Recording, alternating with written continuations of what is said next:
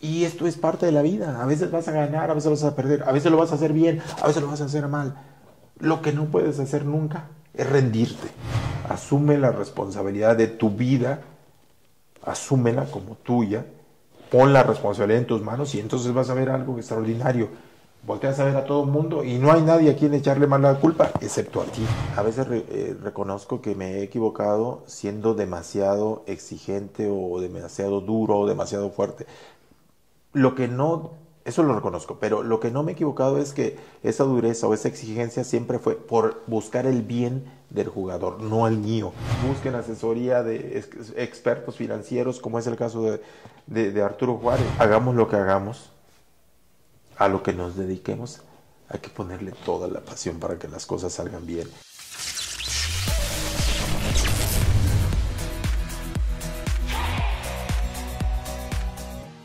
Bienvenidos a un capítulo más de su podcast Zona de Campeones. Y hoy tenemos un invitado, un gran invitado, que es José Guadalupe Cruz, o como la mayoría de la gente lo conoce, el Profe Cruz. Yo le digo Pepe Cruz, así que me estaré refiriendo a él como Pepe.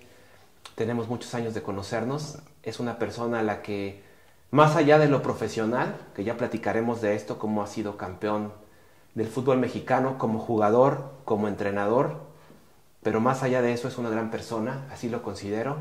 Así que Pepe, pues bienvenido al podcast. Gracias por, como siempre, estar dispuesto en aportar a las nuevas generaciones, a la gente en general que nos estará escuchando y que seguramente se va a inspirar y a motivar a lograr y tratar de emular esa fórmula del éxito que has aplicado para toda tu vida, estar consiguiendo títulos y estar llevando a gente a hacer su mejor versión cuando tú ya llegaste a ser entrenador. Entonces, pues bienvenido, Pepe. Es un honor tenerte por aquí. Muchas gracias, Arturo. Es un placer poder saludarte y poder llegar al hogar de muchísima gente. Poderse dirigir a los jóvenes, a los niños, que son el futuro de nuestro país, pues siempre va a ser un motivo de compromiso, pero de mucho orgullo, ¿no? Compartirle un poco nuestras experiencias de vida. Siempre es algo muy alentador para mí en lo personal. Me enriquece mucho cuando tengo este tipo de conversaciones porque mucha gente puede, como hoy me haces el honor de invitarme a tu programa y puede ser que todos piensen o muchos piensen, es que solo el que aparece en la televisión y gana un título es triunfador. Y hay unos ejemplos realmente muy inspiradores que no necesariamente los conocemos, que no son de la vida pública, pero que te inspiran y motivan a dar tu mejor versión todos los días, pese a todas las adversidades y más en este país. Así que es un placer realmente estar aquí con todos ustedes. Gracias, Pepe. Pues mira, nos gustaría recorrer un poco cómo fueron tus inicios, cómo es que un niño de Huetamo, como le llaman por allá en Michoacán, la tierra caliente, sí, del barrio de Dolores, cómo es que le nace este sueño de un día ser futbolista, en qué momento vino por primera vez a tu mente que un día ibas a ser un futbolista profesional y cómo vas avanzando en esta carrera tan competida, ¿no? Porque hay mucha gente que se quiere convertir en futbolista profesional, pero ¿cuál fue ese camino que tuviste que recorrer? Soy el penúltimo de 13 hermanos, mis padres en paz descansen, junto con 3 hermanos que ya se nos adelantaron en el camino, formábamos una familia pues bien numerosa, como son la mayoría de provincia, y no sé si de Michoacán por el calor, Arturo, pero hombre, las familias eran así, muy vastas. Y tú sabes que llega un momento en que volteas a ver esa realidad y dices, ¿cómo es posible que los padres antes pudieran sacar adelante a sus hijos siendo 11, 12, 13, 14 y más, ¿eh? Había familias con muchos más hijos. Yo pienso que nuestros padres ahí fueron fundamentales en su educación. Si bien es cierto que carecimos de muchas cosas que hoy la gente tiene, pues tampoco me puedo yo quejar y a veces me preguntan, ¿cambiarías algo de lo que en tu infancia tuviste en la provincia y todo? Y les digo no, porque fui feliz, porque disfruté lo que tuve, porque mis padres siempre nos dieron lo mejor de ellos. Esto no significa que haya sido sencillo. Nosotros, por ejemplo, empezamos la primaria y teníamos que ayudar también labores de campo a nuestros padres, ¿no? Ellos apenas salía el sol y ya estaban trabajando y nosotros teníamos a nuestro alcance, con nuestras posibilidades, a ayudarles. Terminamos la primaria y gracias al esfuerzo de ellos y a su soporte, porque tú dices, oye, pero eran escuelas públicas, sí, pero y todos los libros, los cuadernos, los lápices, todo eso cuesta, y más cuando somos un montón. Pero bueno, afortunadamente salimos la primaria, vamos a la secundaria y también la terminamos ahí en Huetamo, Michoacán. Hubo un parteaguas en nuestra vida que nuestros padres deciden separarse y nos causó conflicto a los últimos 3 de la familia porque dependíamos totalmente de ellos. Al separarse mis padres, toda la responsabilidad recayó en mi madre. Entonces, en aquel entonces, ahora no, se podía de la secundaria ir directamente a la normal de maestros y en solo 4 años de cursar la normal, tú podías salir con el título, con una base para ir a dar clases a las aulas, es decir, ya maestro titulado de primaria. Sí. Pero titulado, y yo hice eso, los últimos 3 hermanos hicimos eso. Nos fuimos, yo a Ciudad de México, mis otros 2 hermanos, uno a Arteaga, Michoacán, y la otra a Chilpancingo, Guerrero. Perdón, ¿tú dónde estudiaste la normal? En Ciudad de México. Ah, en Ciudad de México. Sí. Pero entonces, de ser un niño que tus papás, como dices, se dedicaban al campo. Así es. Y a los 10 años mencionas que tus papás, cuando tú tenías 10 años, aproximadamente, tus papás, surge esta separación y tú tienes incluso que ayudar a la casa, ¿verdad? Como decías, o sea, sí, trabajar para también ayudar porque pues ya dependías completamente de tu mamá, digamos, o los últimos 3 de tus hermanos, como exacto, los últimos 3 dependíamos al 100% de ella, porque fue una decisión de mi padre de salirse y no soy quien para juzgarlo ni nada, es una decisión de adultos, los hijos no venimos a este mundo como para ser juez y parte, ¿no? Tomaron la decisión, sus razones habrán tenido, y muy respetable, y nosotros teníamos que seguir adelante. Entonces, lo que hicimos fue ponernos las pilas y saber que teníamos que aportar a la casa. Desde temprana edad, vamos, sin que fueran trabajos demasiado forzosos o demandantes, pero yo en mi etapa de niño trabajé ayudando en una heladería, okay, en una frutería, en una farmacia, lavé coches. ¿Por qué? Porque de esa manera yo conseguía un poco de dinero.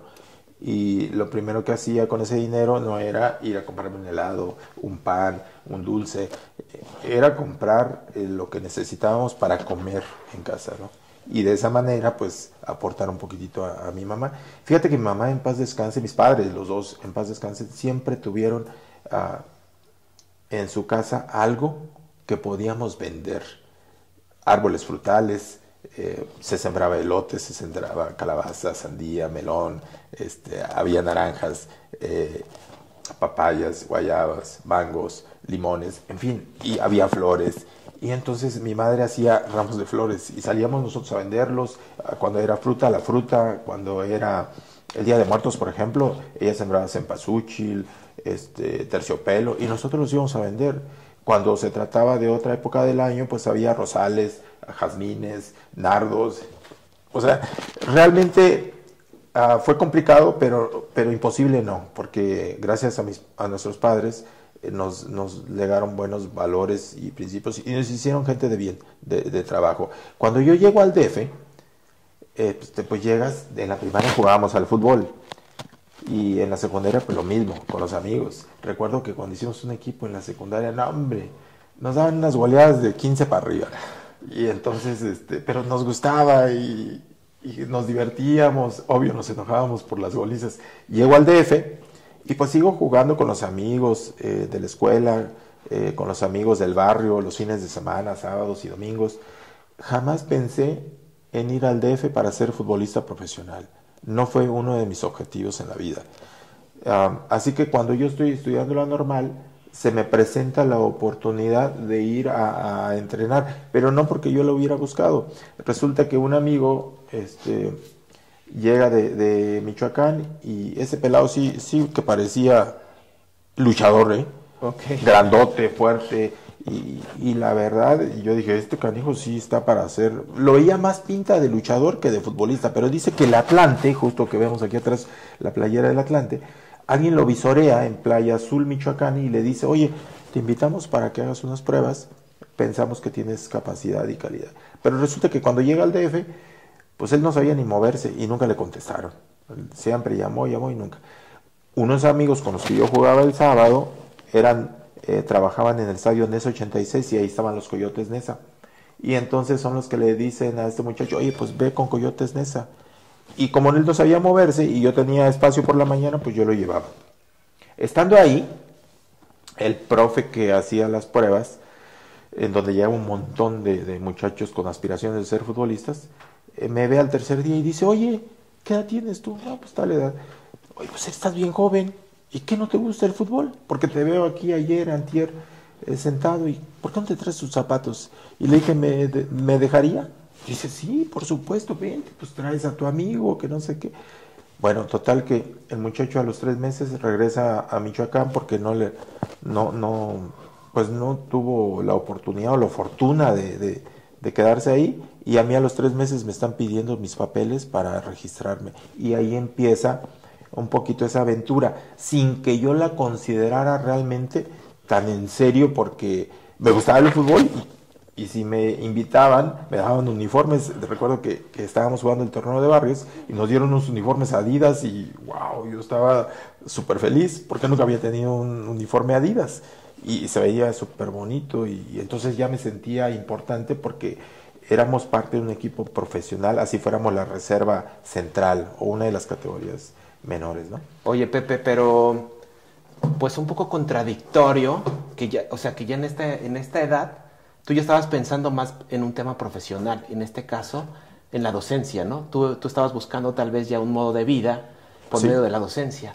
Sí. Pero yo hice un poco de investigación por mi cuenta y pude hablar ahí incluso con una de con tu miss de la secu, la maestra Guille Lubiano, ¿la recuerdas? Sí, fue mi maestra en la primaria. Ah, ok, en la primaria. Hay una anécdota muy buena con ella. Y bueno, no sé si fue la misma que me contó, pero dijo que en algún momento tú empezaste a inclinarte más por el fútbol que por las letras, y que a ella le costaba trabajo atraerte a las letras, y que entonces mandó una queja para tu mamá, y que tu mamá te dijo, ¿sabes qué?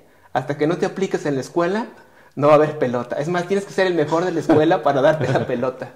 Y que de ahí te volviste, pero el más listo del salón, y que además eras el que aprendías más rápido.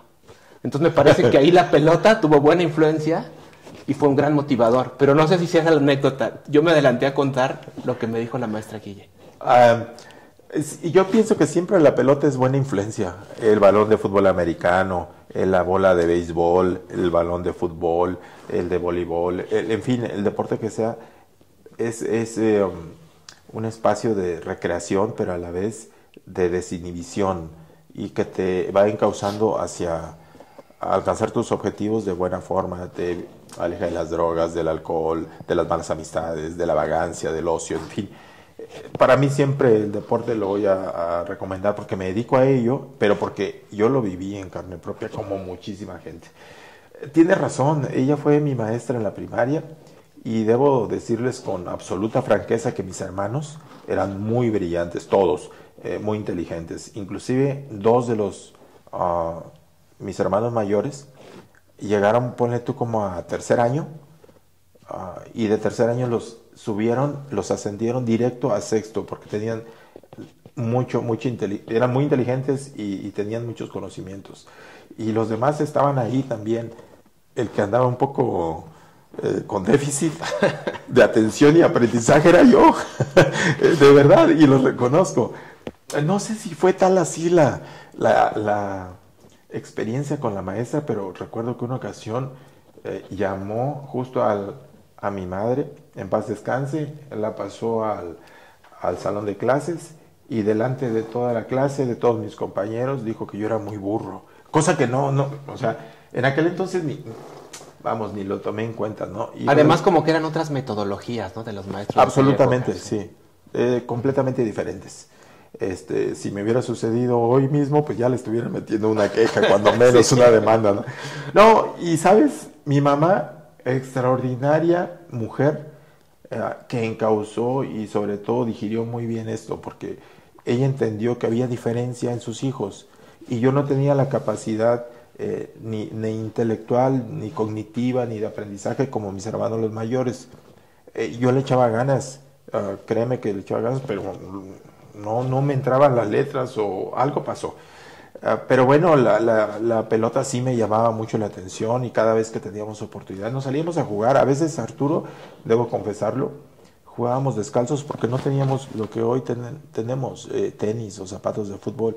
Era bien complicado. Entonces nuestros inicios fueron jugar, como le dicen, pie a raíz, así le dicen allá en Huetamo, porque no usábamos tenis ni zapatos. Es más, cuando tuvimos la oportunidad de usar calzado deportivo para jugar al fútbol, se nos complicó mucho pegarle a la pelota, en lo que nos adaptamos y todo. Pero fueron etapas bien bonitas. Oye, con razón llegaste a los Coyotes Neza y con esta marca de las 3 líneas, pues sentías que volabas, ¿no? Te voy a decir algo.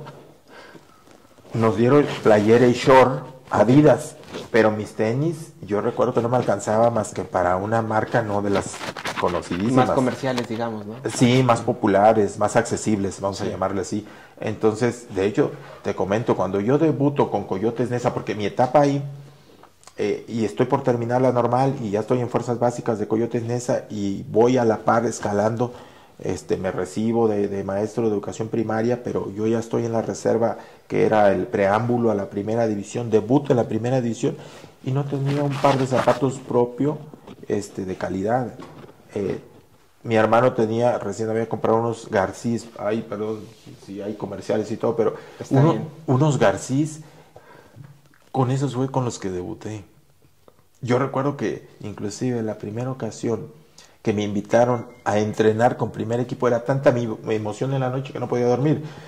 Volé mis zapatos, preparé mis cosas, todo.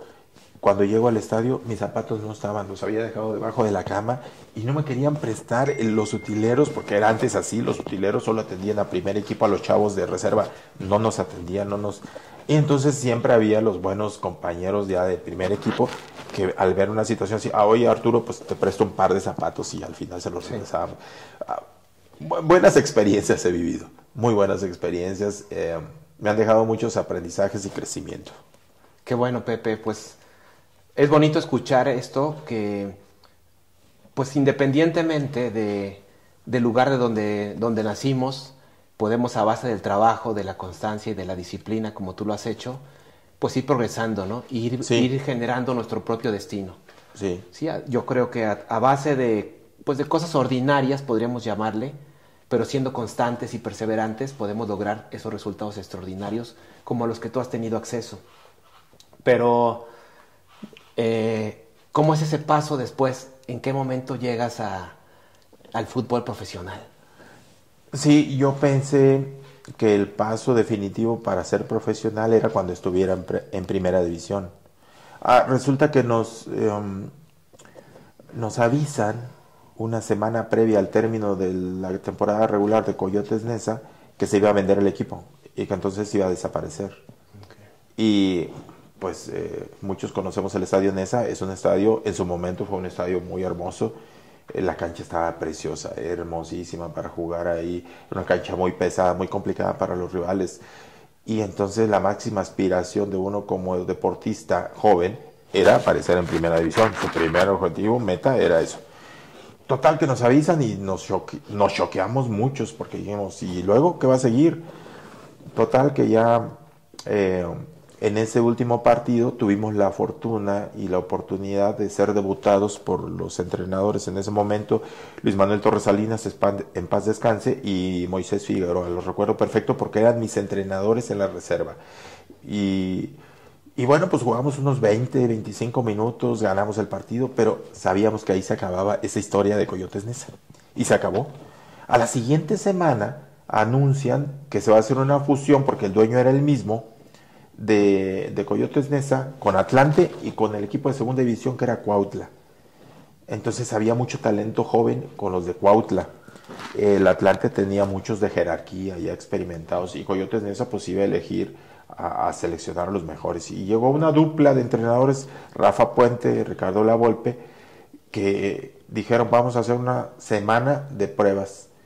Nosotros entrenábamos una cancha al lado, pero alterna, y ellos en el estadio. Y pasó el lunes y ni nos pelaron. Y volteábamos a ver al estadio, pero nadie nos echaba un grito ni nada.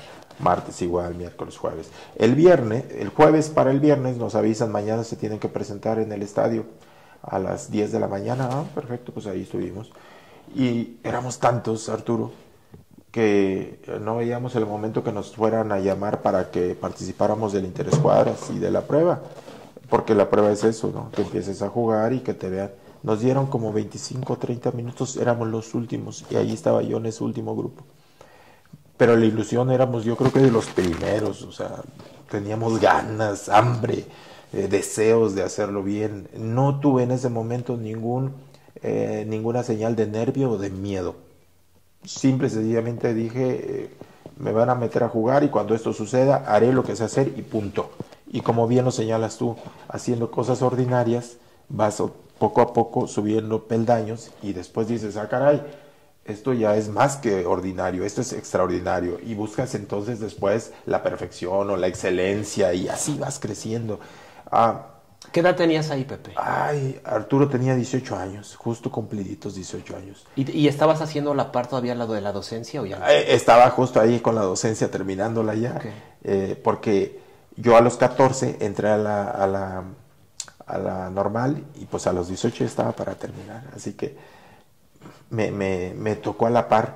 Total que termina el entrenamiento y pues ya ves que terminas un poco cansado, te tiras al piso, al pasto, te dan un poco de agua, te hidratas y sigues ahí los comentarios. Y se me acerca alguien que no sabía quién era, no recuerdo quién fue, y me dice, hey tú, así, hey tú, porque no nos ubicaban a todos, hey tú, tienes que presentarte el lunes a las 10 de la mañana en el estadio de la Ciudad de los Deportes, Estadio del Atlante. Y wow, ahí sí el corazón me empezó a latir con fuerza. Y, a todo dar. Pero bueno, me dijeron solo eso y no estaba seguro yo tampoco, no tenía que seguir demostrando. Volví a aplicar lo que decías tú, disciplina, profesionalismo, dar lo mejor de mí, estar atento a todas las indicaciones que me daban los entrenadores, a las indicaciones, no solamente en el campo, sino fuera de, porque eso es bien importante. A veces uno piensa que jugar al fútbol y hacerlo de manera extraordinaria es durante 90 minutos tener un performance o un rendimiento increíble. No, hay un entrenamiento que no se ve y que es más fuerte y más importante, el que está fuera de la cancha. Tu alimentación, tu descanso, tus hábitos, el dormir tus horas correspondientes, tu recuperación, un montón de cosas que a lo mejor en aquel entonces lo tomábamos muy a la ligera. Hoy no. Hoy el profesional le tiene que distinguir eso. Saber que es un ser humano, todos lo sabemos, que tiene derecho y oportunidad para de repente festejarse y celebrar, perfecto. Tiene que saber el día de hoy en qué momento y bajo qué circunstancias sí y en cuáles no. En aquel entonces no teníamos tanto ese apoyo, y no le echo la culpa al resto. Es nuestra culpa, hay que asumir ahí la responsabilidad, porque cuando uno quiere y aspira a grandes cosas y tiene un montón de sueños y bien grandes, tienes que actuar en consecuencia, y para sueños grandes también hay que tener pensamientos bien grandes, y eso implica que te responsabilices, toma la responsabilidad en tus manos y entonces verás que algo extraordinario sucede. Ya no hay a quien echarle la culpa, excepto a nosotros si no alcanzamos eso, pero si la toma la responsabilidad, seguro lo alcanzas. Qué interesante toda esta historia. A pesar de que en otros momentos me has platicado algunos de estas etapas, pero vuelvo a quedar atrapado en toda esta bonita historia de cómo fue progresando tu carrera. Y bueno, pues entonces llegas ahí a Atlante, en este caso. Sí. Y empiezas ¿en qué momento te dicen, oye, pues ya vas a debutar, o cómo está eso? Llegas ahí y empieza una pretemporada y se forma un plantel con jugadores experimentados, de mucha jerarquía, evidentemente de otro nivel, no como el nuestro, nosotros apenas empezábamos, pero tuvimos la fortuna de tener a dos entrenadores, Rafa Puente, Ricardo Lavolpe, que les gustaba jugar también y considerar a los jóvenes. Entonces nos eligieron a algunos y, ¿sabes? Ese primer torneo, y me parece que uno o dos más, eran de los largos. No es como hoy que hay dos torneos, apertura y clausura, torneos cortos, no, eran largos, eran dos vueltas, primera vuelta y segunda vuelta y un solo campeón al año. Hoy hay dos campeones al año. Entonces, la primera vuelta, todo lo jugué, todos los partidos, sin excepción, porque nunca me lesioné, siempre participé con la reserva, la profesional. Okay. O sea que jugaba los partidos previos al primer equipo. ¿Que sería tipo una sub algo o no? Como una sub-20. Ok. Ponle tú como una sub-20, exacto. Entonces ese partido pues es el que abría un poquito las expectativas de la gente que llega antes de que inicie el duelo del primer equipo. Ahí estábamos jóvenes y ahí a esa categoría también pueden mandar a jugadores que vienen saliendo de lesiones o que son suspendidos para que no pierdan ritmo o para que retomen su ritmo. Bueno, yo no me decepcioné, no me desanimé, entendí que esas eran las circunstancias y que tenía que tomarlas. Tampoco tenía la jerarquía ni era quien como para exigir. Sí lo pensé mucho tiempo y dije, mi exigencia está que dentro del terreno de juego, cuando me consideren jugar, lo tengo que hacer muy bien para que volteen a ver y digan, hey, este tiene oportunidades, este se gana la oportunidad, este va a aparecer. Total, no aparecí nunca, pero nunca desistí, siempre perseveré. ¿Qué año era ese? Arturo, si no mal recuerdo, fue por el 87-88. Okay. Y para la segunda vuelta cambia todo. Hay algunas lesiones, se acomodan las cosas, ya sabes. Sí. No es todo de que porque andaba jugando muy bien el equipo y yo de todas maneras me metieron, no. Debió haber habido alguna lesión, alguna baja de juego, alguna suspensión. Y entonces ahí me tocó la oportunidad. Había una regla también que había que usar a jóvenes menores de 20 años durante una determinada cantidad de minutos a lo largo del torneo. También eso nos benefició, lo recuerdo. Empezaban ahí a hacer las reglas para que aparecieran más jóvenes y eso nos favoreció mucho. Toda la segunda vuelta la jugué de titular. Toda la segunda vuelta. Y hubo partidos en los que obvio que las cosas no te van bien y te sientes todo así como que, hijo, la estoy regando, no sirvo para esto. Sí lo llegué a pensar, no lo puedo hacer bien, pero sabes, es darte también un coaching, autocoacharte a ti mismo y decir, hey, si estás aquí es por algo. Si llegaste hasta acá no es decir, ha sido tan duro el camino, el trayecto como para que te des por vencido. Y esto es parte de la vida. A veces vas a ganar, a veces vas a perder, a veces lo vas a hacer bien, a veces lo vas a hacer mal. Lo que no puedes hacer nunca es rendirte. Claro. Si tú tiras la toalla, si tú te desanimas, si tú dices ya no puedo más, seguro que no puedes. Pero si tú trabajas en tu mentalidad y dices, a pesar de todos los contratiempos, de los obstáculos, de las dificultades, lo voy a lograr porque trabajo para ello, lo vas a lograr. Obvio, debo decirte algo y muy sinceramente, Arturo. Había otros jugadores, muchos más, de mi edad, con mucho más talento que yo para jugar al fútbol. Lo que les faltó a ellos, quizás a mí me sobró. Disciplina, seriedad, profesionalismo, compromiso, cuidados, perseverar, ser resiliente.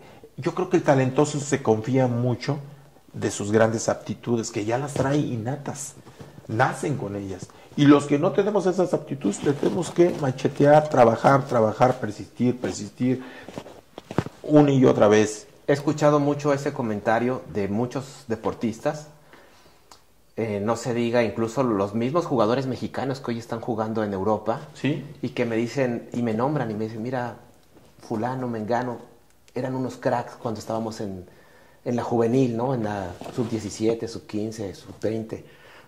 Y algo pasó que no trabajaron lo suficiente para explotar ese talento y terminé estando yo acá, pero muy bien pudieron haber estado ellos. Y se refieren a que en México hay mucho talento, sí, pero que a veces falta esa perseverancia, esa resiliencia, todo esto para lograr ir avanzando, ¿no? En este camino de del deporte y de la vida en general, ¿no? Te comparto, tuve un compañero en uno de mis llamados, fui llamado a una preselección juvenil, cuando todavía estaba en Coyotes Neza y más joven y todo. Y ahí tuve la oportunidad y la fortuna de conocer a un montón de muy buenos jugadores. Uno de ellos, el caso que les comparto, era Ramón Raya, un güero, ojo claro, que venía del América, y me caía muy mal porque lo habíamos enfrentado, nos enfrentábamos así, nos caíamos mal. Los de Nesa odiábamos a los del América, los del América nos veían, pero de verdad, se los digo, nos odiaban y nos pateábamos. Sí. O sea, si el árbitro nos permitía meternos trompadas, nos las metíamos, porque era un odio cañón. Nosotros decíamos que eran los riquillos y aquellos nos decían que éramos las lacras y que los pobres y que, hijo de su madre, y eso cala. Entonces, cuando en realidad, pues, venías del mismo barrio, ¿no? O sea, no, pero era parte de querer ganar, sí, sí, y de querer sobresalir. Ese tenía mucho talento y estaba en esa misma preselección. Y yo lo veía así de cerca y decía, wow, qué bien juega este canijo. Fue a más alto que yo, más fuerte que yo, más técnico, más todo. Mejor que yo. Y después coincidimos en el profesionalismo cuando yo voy al Querétaro en la 90-91. Después de que descendimos con el Atlante, me voy al Querétaro y ahí llega él. Y somos compañeros y nos tocaba en la banca, en el vestidor, así como estamos tú y yo al lado, cambiarnos. Y entonces empezamos a hacer una amistad y ya después dije, pues no me cae tan mal este canijo, ¿no? Lo que son las no cosas. Era tan malo. No era tan malo, yo creo que era más bien cuestión de chavos, ¿no? Sí. Chavos que mal encauzamos la energía por ganar. Pero ya teniéndolo ahí de compañero, a todo dar, tenía talento de sobra, pero le faltó compromiso. Lo que tú decías, la persistir, la resiliencia. Si el técnico, yo recuerdo a mí alguna ocasión un técnico me hizo llorar cuando yo suponía que había hecho las cosas bien, me enseñó un video y caray, tuve que llorar. Y digo, bueno, esto es parte de, pero eso no minó, eso no me hundió, eso al contrario, fue mi acicate como para decir, le voy a demostrar, pero me demuestro a mí que por alguna razón estoy acá, que soy capaz, que yo puedo hacerlo. Bueno, Ramón Raya nunca consolidó una carrera. Después fue técnico de la selección de playa, sí me acuerdo, de México, sí. Muchos años. Sí. Lo fue y con cierto éxito también. Pero ese es un ejemplo claro de alguien con mucho talento que no se esfuerza, que dice, con el talento me basta y me sobra. Es un claro ejemplo de que no es así. El que no tiene el mismo talento, pero persevera, trabaja, se disciplina, se mentaliza y se comporta como un profesional, honrando la profesión, el oficio, lo que sea, lo que se dedique a la actividad, hombre, va a ser un triunfador en la vida. Pues qué bueno que tomaste esa actitud, ¿no? O sea, de aprender de ese momento que incluso tu entrenador te hizo sentir mal, ¿no? Al grado de derramar las lágrimas. Pero a veces no todos lo toman así, ¿no? Porque, digo, hay veces que a mí vienen los jugadores y me platican, no, es que el profe me dijo. Y yo a veces les digo, mira, a mí no me pagaban por jugar, si acaso me pagaban la beca de la escuela cuando yo jugaba fútbol americano, como ¿sí? sabes. Y les digo, y nunca vinieron los entrenadores a hablarme con rosas, ¿eh? Digo, así que tómalo positivamente y sigue trabajando y checa en qué puedes mejorar. Entonces, sí, yo creo que hay personalidades que de repente no lo tomen así y pueda hacer eso, ¿no? Y que al final no logren esos resultados, pues porque se sintieron ofendidos en este afán muchas veces del entrenador de buscar hacerlos mejorar, ¿no? Sí, sacar lo mejor, la mejor versión de cada atleta. Sí. A veces reconozco que nos hemos equivocado nosotros, bueno, voy a hablar por mí. A veces reconozco que me he equivocado siendo demasiado exigente o demasiado duro o demasiado fuerte. Eso lo reconozco, pero lo que no me he equivocado es que esa dureza o esa exigencia siempre fue por buscar el bien del jugador, no el mío. Yo sé si soy exigente y si logro sacar la mejor versión de mi equipo, a ellos les va a ir bien. Como consecuencia, a mí me va a ir muy bien. No creo que haya técnicos en el mundo, no lo sé, ¿verdad? Nunca, no me he encontrado con alguno, pero puede ser que suceda. Que se autoflagele o que tome decisiones para lastimarse a sí mismo, sus objetivos, sus metas, sus proyectos. creo que sí, con el paso de los años va sensibilizando un poquitito más en el trato al jugador. Hay algunos jugadores que de repente, como si hablamos en grupo, se sienten señalados, se sienten como que, hijo, mejor dímelo en corto. Y lo he aprendido, me pasó una experiencia en Jaguares de Chiapas, con un muchacho al que yo consideraba, y lo consideré siempre, un extraordinario jugador, con un montón de aptitudes. Y en un partido sucedió que le ganaron una pelota y termina en gol en contra. De cualquier forma, yo resaltaba su gran capacidad en el juego aéreo, en las dos áreas, ofensiva y defensivamente. Y resulta que lo hice delante del resto del equipo, porque no sentí yo que estuviera señalándolo y que esto fuera... Ni que fuera un tema personal, ¿no? O sea... No, porque no era así. Pero sí dije el nombre obvio del jugador y puse la imagen en la edición. Y me resulta que después, cuando ya salimos todos del análisis del video, pues nos vamos a la cancha alterna para entrenar. Justo vamos cruzando por el círculo central del Víctor Manuel Reina en Tuxtla, y me alcanza el jugador y me dice: oye, profe, ¿me regalas 2-3 minutitos? Y le digo: sí, con mucho gusto. Y entonces se suelta y saca cosas que yo jamás pensé.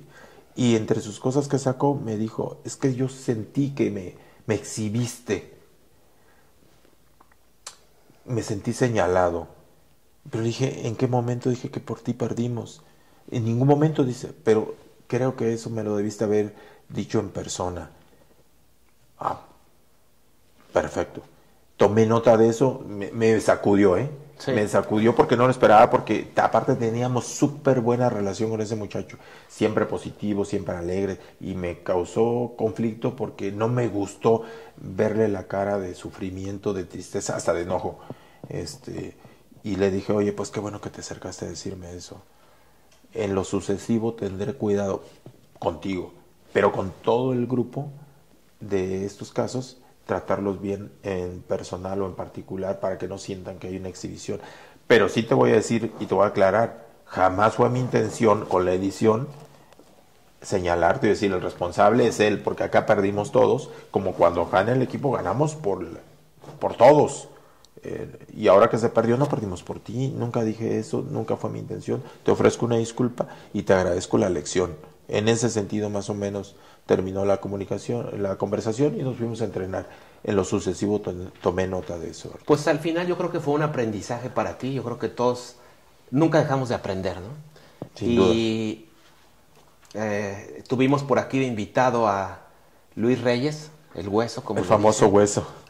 Y él en el mismo programa comentó, ¿no? Y decía: le agradezco mucho a todos mis entrenadores. Habló muy bien de Mario García, un ex compañero tuyo también, cuando estuvo en la Jaiba. Y dice: pero le agradezco mucho al profe Cruz. Dice: me acuerdo de una acción, él comentó esto, ¿no? Que ya lo podrás escuchar, está por salir ese programa. Y dice: ya no podía correr más. Y el profe me vio caminando, dice, había corrido todo el tiempo, y en el momento que caminé, el profe me sacó. Dice, pero eso, dice, después él habló conmigo, tuvimos la oportunidad de charlarlo. Dice, pero al final me di cuenta que él me hizo lograr esa mejor versión de mí de la que hablábamos hace rato. Esa versión que me llevó a después consolidarme como jugador. Apenas a los 22 partidos de titular, estar con la selección mexicana disputando una eliminatoria mundialista, a jugar una Copa Confederaciones, y después todo lo que viene hasta hoy. Seguramente muchos jugadores y mucha gente ha influido en él, ¿no? Pero, sí. Pero me llamó la atención que expresara de ti pues así lo dijo, ¿no? Agradecimiento, ¿no? Entonces, esa parte de, yo creo que él y muchos de los jugadores que has tenido, pues que te han tenido como entrenador, deben apreciar ese tipo de cosas, ¿no? De ti y de obviamente de toda la gente que les ayuda a crecer. Pero sí, efectivamente, pues todos los días es aprendizaje, y seguramente, como en todo, te vas puliendo, ¿no? En tu carrera, en este caso ya como entrenador.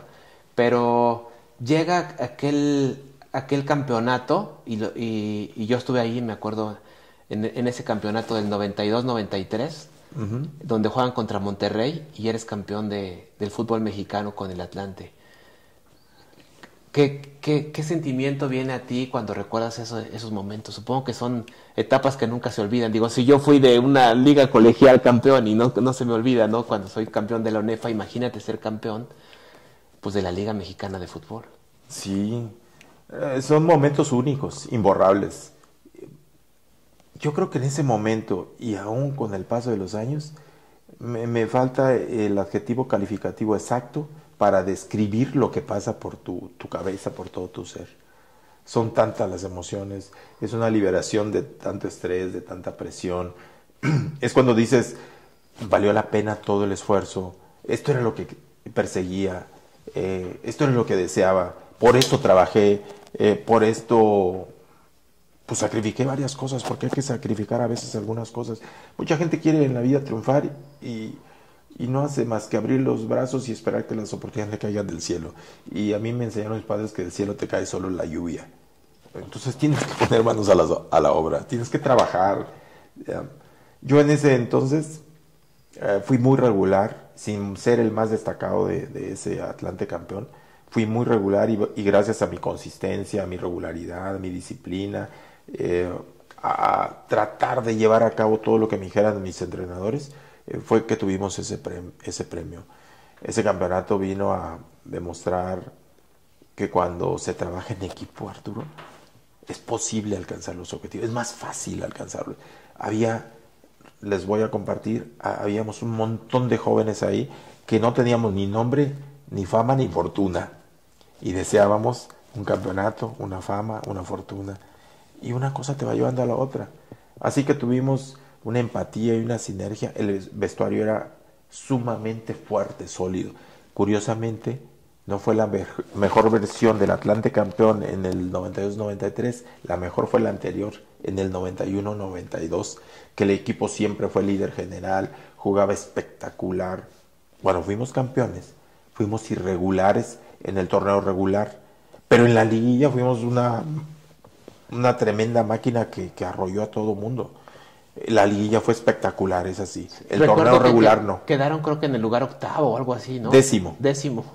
Décimo, pero pudimos calificar porque en aquel entonces no importaba la cantidad de puntos que tuvieras, era el 1 y el 2 de cada grupo, había cuatro grupos. Okay. Entonces pasaba el primero y segundo, nosotros fuimos el segundo, obvio, pero había otros terceros lugares que estaban por encima de nosotros, pero porque así estaba el reglamento, nosotros entramos como décimos.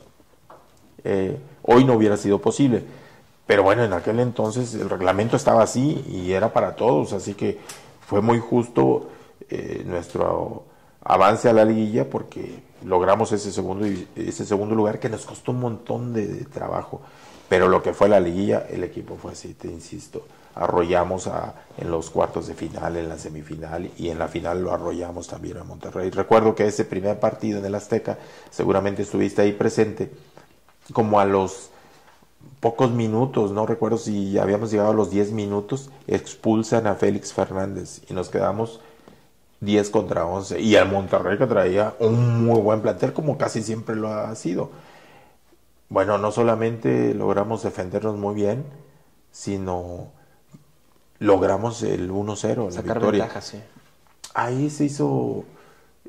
mucha gente no lo dice, pero hay que reconocer muchísimo la astucia y la capacidad técnico-táctica y estratégica de Ricardo Lavolpe, porque cuando el equipo se queda con uno menos, lejos de sacar a un delantero, que pudo haber sido Daniel Guzmán el Gordo o Luis Miguel Salvador, él saca un contención, René Isidoro García.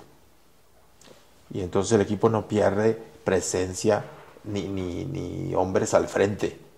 Quizás quedamos un poquitito a la deriva ahí, pero también guardando orden y haciendo un trabajo muy limpio, muy sólido en defensa, logramos mantener la portería en 0. Ahí estuvo la clave para ese campeonato, pero sí fue el torneo anterior mucho más brillante y el del 92-93 campeonato fue, yo creo que producto de ese buen trabajo que hicimos un año atrás. Oye, pero además además del técnico, obviamente, como dices, Lavolpe, me parece que gente de una gran personalidad, jugadores que como bien mencionas, en ese momento tal vez les faltaba la fama, ese renombre, pero pues en todas las líneas, o sea, estaba Félix en la portería. Sí. Además que con el paso del tiempo han seguido manteniéndose en sus profesiones, ¿no? En la primera línea pues estabas tú, estaba René Isidoro, no, él era contención, ¿verdad? Contención, estaba Wilson Graniolati, el Potro Gutiérrez, Sí. Miguel Herrera, Mario García, Sí. Chispa Suárez, Tomás Cruz. En la contención estaba René Isidoro García, en la media cancha René Isidoro García, estaba, bueno, Manuel Negrete todavía estaba también ahí, Pedro Masachesi, Beto Andrade, Memo Cantú,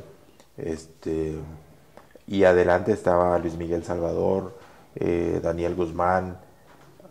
Bueno, teníamos... Oye, y como te decía, como directivos o como entrenadores, digo, Sí. Obviamente Miguel Herrera, tú, bueno, has tenido ¿Gastón no estaba en esa época con ustedes? No, Robledo, Gastón ¿no? llegó después. Me acordé ahorita porque me acuerdo que estaba, si mal no recuerdo, en alguno de tus staffs en Jaguares o por ahí me acuerdo que estuvo En contigo. Jaguares estuvo conmigo, sí. Graniolati también, ¿no? Mario Wilson. también ha sido parte de tu staff en algún Sí. momento.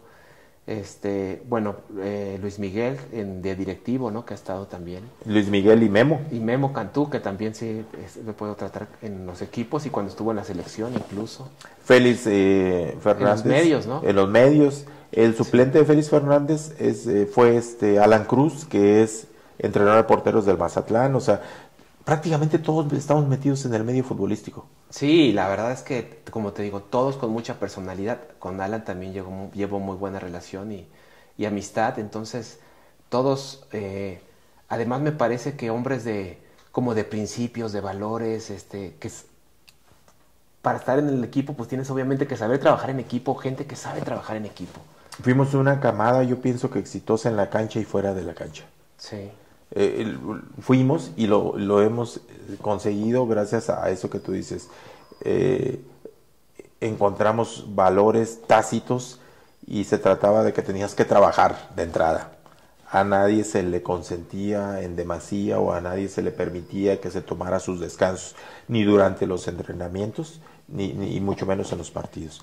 Es cierto, cada quien tenía sus tareas y funciones, pero todos trabajábamos decididamente para conseguir los objetivos. Yo creo que esa es una de las grandes claves, no solo para que hayamos logrado ese campeonato, sino para que después, ya retirados, siguiéramos y tuviéramos nuestros propios logros de manera profesional en otras tareas o atribuciones, como pues la mayoría hemos sido entrenadores, y Mario García, por ejemplo, recién acaba de ser campeón de la expansión MX, pero ya había sido antes campeón en segunda división, estuvo conmigo en ese Atlante campeón de 2007 en Cancún. El Potro Gutiérrez también ya ha sido campeón con la sub-17, Miguel Herrera también ha sido campeón, ¿quién otro? El Gordo Guzmán, Daniel Guzmán con el Santos, Luis Claro. Miguel en su faceta de entrenador, de directivo también con Monterrey. Memo Cantú ha llegado inclusive a ser parte de selección nacional, no solamente como jugador, porque lo fue también como jugador, sino como directivo, y eso habla muy bien de una camada que permeó mucho el trabajo en equipo. Porque mucha gente habla de ello, le vayan o no al Atlante, dicen, esa camada, oye, qué bien jugaban, pero después llama mucho la atención que son muy pocos, no quiero decir que no haya otros ejemplos o casos, pero muy pocos los casos en que camadas de jugadores exitosos después se hacen exitosos como entrenadores o directivos.